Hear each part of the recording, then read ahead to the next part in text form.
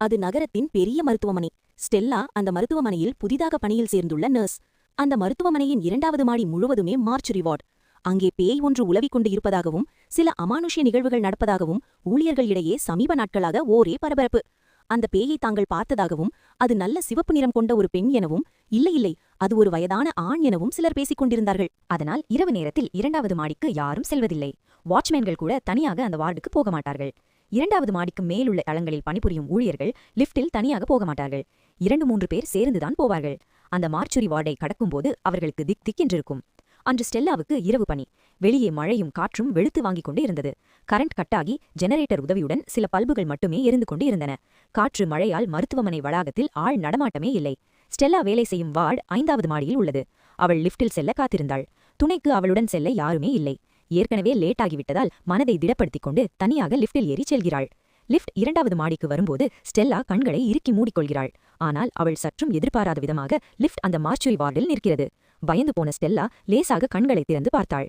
குட்டையான கருத்த நிறமும் தோல் சுருங்கிய ஒடிசலான தேகமும் கொண்ட பார்க்கவே சற்று திகிலூட்டும்படியான ஓர் ஆணுருவம் லிப்ட் உள்ளே நுழைகிறது. ஸ்டெல்லா மிரண்டு போய் பார்க்கிறாள். ஏய், யார் நீ? மா, சத்தம் போடாதம்மா. அந்த உருவம் தன் கரையேறிய பற்களை காட்டி சிரிக்கிறது. லிப்டின் மெல்லிய வெளிச்சத்தில் அப்போதுதான் ஸ்டெல்லா அதை கவனிக்கிறார்கள். அந்த உருவத்தின் கையில் பிங்க் நிற டேக் ஒன்று கட்டப்பட்டிருக்கிறது. அதை பார்த்தவுடன் ஸ்டெல்லாவுக்கு தூக்கி வாரி போட்டது. அந்த மருத்துவமனையில் அடையாளத்திற்காக நோயாளிகள் கையில் பிரவுன் நிற டேகும் இறந்து போன பிணங்களின் கையில் பிங்க் நிற டேகும் கட்டிவிடுவது வழக்கம். அந்த மழை நேரத்திலும் கூட ஸ்டெல்லாவுக்கு உடல் வியர்த்து கொட்டியது. அப்போது சட்டென்று ஜெனரேட்டர் மின்சாரமும் துண்டிக்கப்பட்டு லிப்ட் இருட்டானது. ஸ்டெல்லாவுக்கு என்ன ஆனதோ தெரியவில்லை. சில வினாடிகளில் மின்சாரம் சீராகி லிப்ட் 5வது மாடியை அடைந்தது. கதவு திறந்ததும் ஸ்டெல்லா தலை தெறிக்க வெளியே ஓடி வந்தாள்.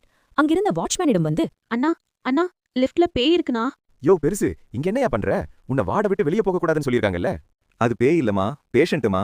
இன்னைக்குதான் அட்மிட் ஆனாரு. நாளைக்கு அவருக்கு ஐ ஆபரேஷன். அண்ணா, அப்போது பேய் இல்லையா? அப்போ அவர் எதுக்கு 2வது ஃப்ளோர்ல இருந்து வராரு?